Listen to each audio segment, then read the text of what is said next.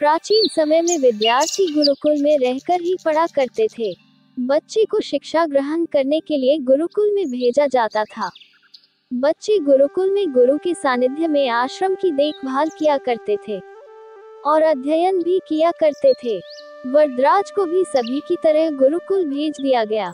वहां आश्रम में अपने साथियों के साथ घुलने मिलने लगा, लेकिन वह पढ़ने में बहुत ही कमजोर था। गुरुजी की कोई भी बात उसके बहुत कम समझ में आती थी।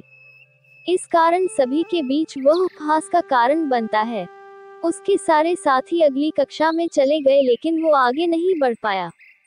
गुरुजी जी ने भी आखिर हार मानकर उसे बोला, बेटा वरदराज, मैंने सारे प्रयास करके देख लिए हैं। अब यही उचित होगा कि तुम यहाँ अपना समय बर्बाद मत करो। अपने घर चले जाओ और घर वालों की काम में मदद करो। वरदराज ने भी सोचा कि शायद विद्या मेरी किस्मत में नहीं है, और भारी मन से गुरुकुल से घर के लिए निकल गया। दोपहर का समय था। रास्ते में उसे प्यास लगने लगी। इधर उधर देखने पर उसने पाया कि थोड़ी दूर पर ही कुछ महिलाएं कुएं से पानी भर रही थी। वह कुएं के पास गया। वहां पत्थरों पर रस्सी के आने जाने से निशान बने हुए थे।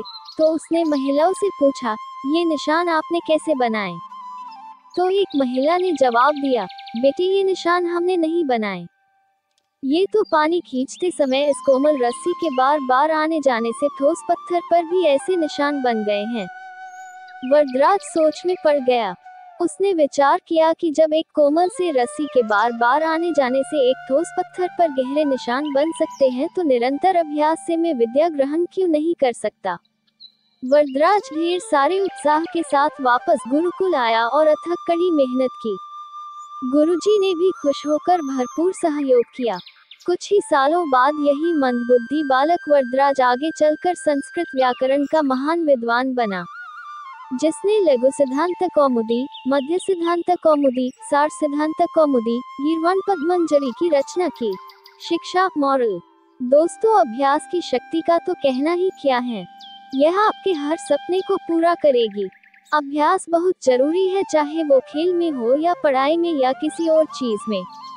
बिना अभ्यास के आप सफल नहीं हो सकते हो। अगर आप बिना अभ्यास के केवल किस्मत के भरोसे बैठे रहोगे, तो आखिर में आपको पछतावे के सिवा और कुछ हाथ नहीं लगेगा। इसलिए अभ्यास के साथ धैर्य, परिश्रम और लगन रखकर आप अपनी मंजिल को पाने के लिए जुट जाए।